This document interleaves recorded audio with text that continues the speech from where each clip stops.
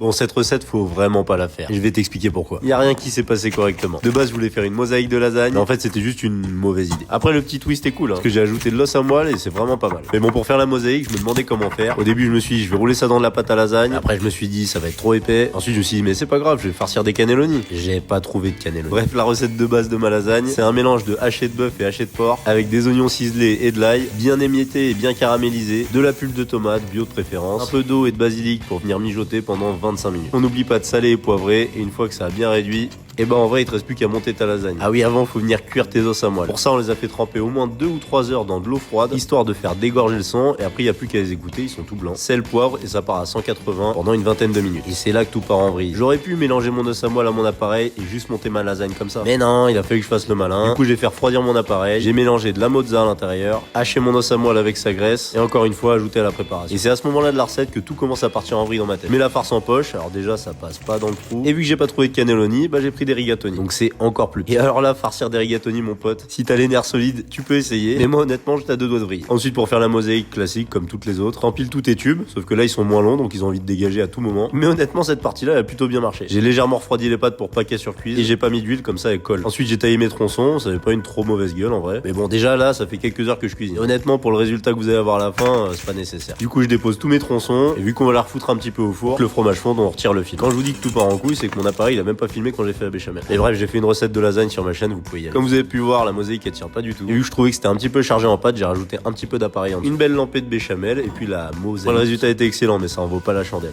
Allez, ciao.